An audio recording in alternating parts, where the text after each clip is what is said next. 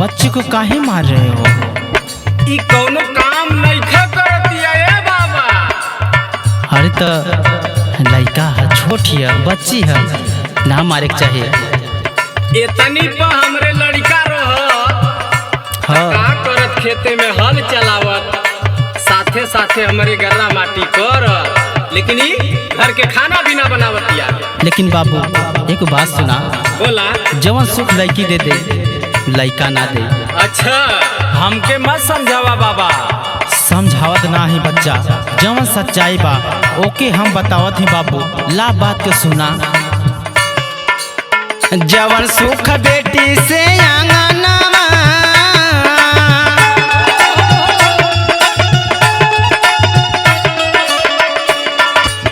जवन सुख बेटी से आंगनवा, उ सुखैला लनवा ना देई।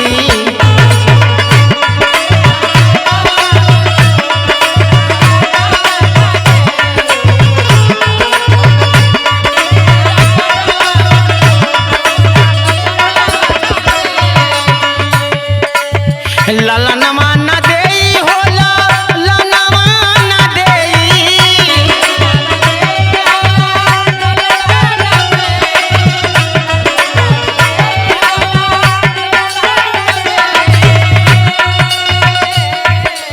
ललनवा ना देई होला, लनवा ना देई।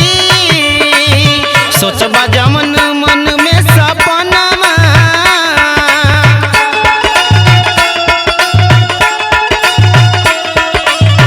सोचबा जमन मन में सपनवा, उ सुखैला लनवा ना देई।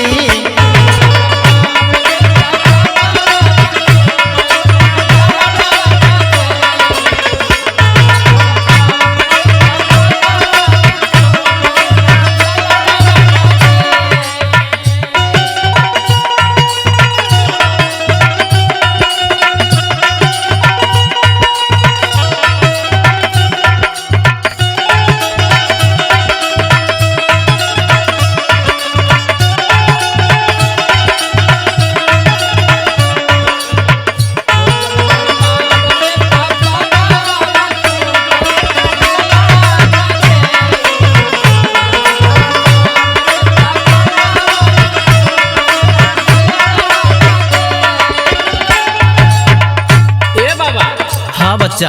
का बेटी टीचर, बेटी कलेक्टर, बेटी डीएम बन सकेले? बाबू दुनिया में तू नइखे घुमता का, दुनिया में देख ला डीएम कलेक्टर का होता री बाबू। अच्छा, गाड़ी से लेके हेलीकॉप्टर जहाज तक लेके ना चलाती बाबू। ओ लेकिन बाबू सुना, तुहार गलत फहमी है। बतावा बाबा। बेटावा के मुँह पर नाच करवैबा,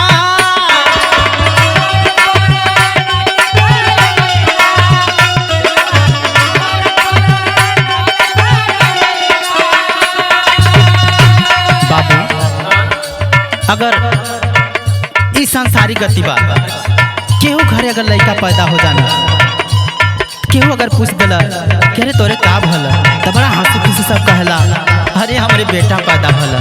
लेकिन वही जगह लड़की अगर पैदा हो जाती है तो मुंह गिरा लेता लोग। लेकिन ये ना सोचता कि लड़की से सब जन्म लेला।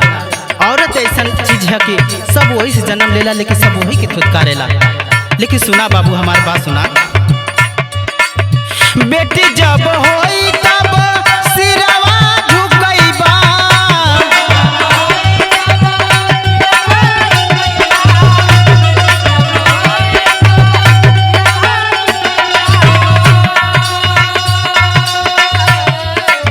बेटावा के मुँह पर नाच करवैबा। बेटी जब होई तब सिरवा झुकैबा,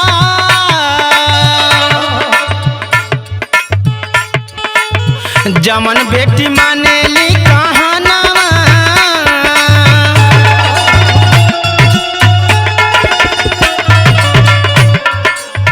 जमन बेटी मानेली कहानवा, उ सुखैला लनवा में नाबा।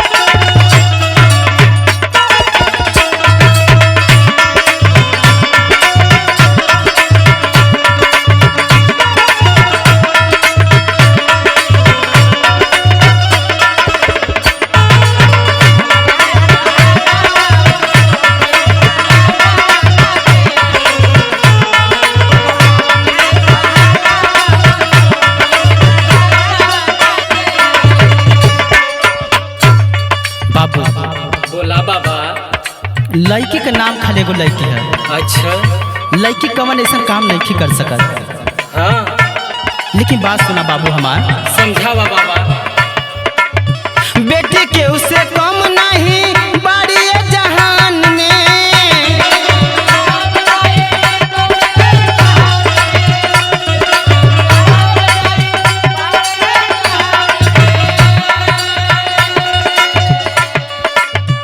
केहू से कम ना है और सम्मान में भी केहू से कम ना है। अरे बाबा धीरे धीरे हमके समझ आवत है बाबा। लेकिन सुना बाबू, कम नहीं केहू से है सम्मान में,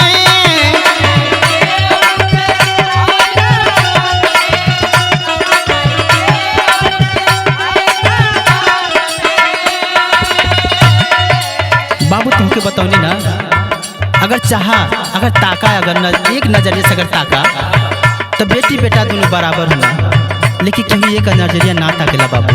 बाबा समझ में आ गल, बाबा समझ में आ गए हमरे। लेकिन सुना बाबू, बतावा। रोवा मत। बेटावा से कम नहीं बेटी जहान में, केहू से कम नहीं बड़ी सम्मान में। संजय बीज गावे है गाना,